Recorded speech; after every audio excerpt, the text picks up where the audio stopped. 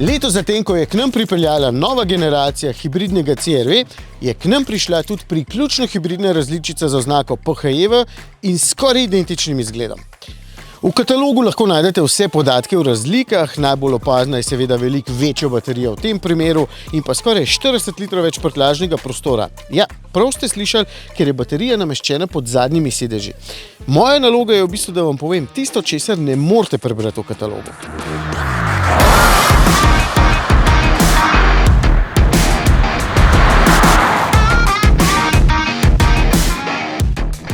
Za začetek vozniške občutke. Skupna sistemska moč obeh različic, torej navadnega samopolnilnega hibrida pa tega priključnega, je enaka. Tudi pospešek je dovolj podoben, da razlike ne boste občutili. Je pa takšen e-PHEV vsaj v dveh stvarih v prednosti in vsaj dveh stvarih v zaostanku. Prva prednost je bistveno bolj tih in miren tek bencinskega motorja. Ta se pri pospeševanjih veliko manj zaganja, saj že pri navadnem CR-V hrupa ni nikoli moteče veliko, no ta pa vseeno deluje še veliko bolj umirjeno in sploh nikoli ni nadležen. Druga pa je električni doseg, če boste baterijo pridno polnili. Ta je v praksi zlahka 50 km in to na avtocesti ali pa še 20 zraven na podeželju. Vsem to ni pomembno, nekaterim pa vsekakor. Potem sta tukaj dva zaostanka. Prvi je dejstvo, da takšen CR-V sploh ni na voljo štirikolesnim pogonom. Kdor ga želi za malo več makadamske svobode, bo moral izbrati navaden hibrid. Saj je vsem jasno, da tudi tisti ni kleni terenec, bo pa slabe podlage premagoval malce lažje in tudi 4 cm je bolj oddaljen od tal kot pa tale.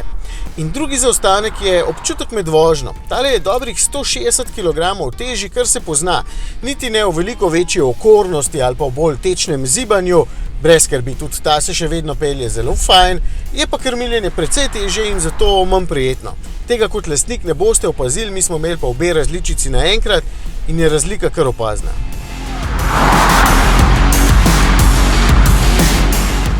Potem so še takšne razlike, kot sta obarva odeta odbijača in pragovi, dobro zgleda, nimam kaj reči, pa večja vlečna obremenitev kljuke in tudi večja vertikalna. To je lahko kar pomemben podatek, 100 kilc lahko tukaj le obeste na kljuko, bo prišlo prav.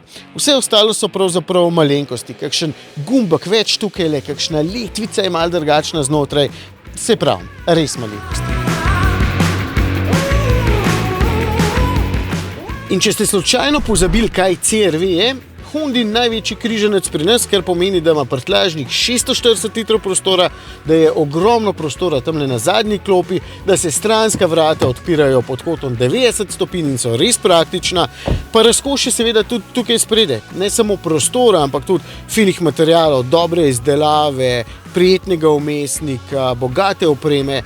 Sem ugotovil, da je to avto, ki ti gre v bistvu takoj na živce. Res, ker je toliko dober, da več sploh ne boste potrebovali. Čisto se obvlada.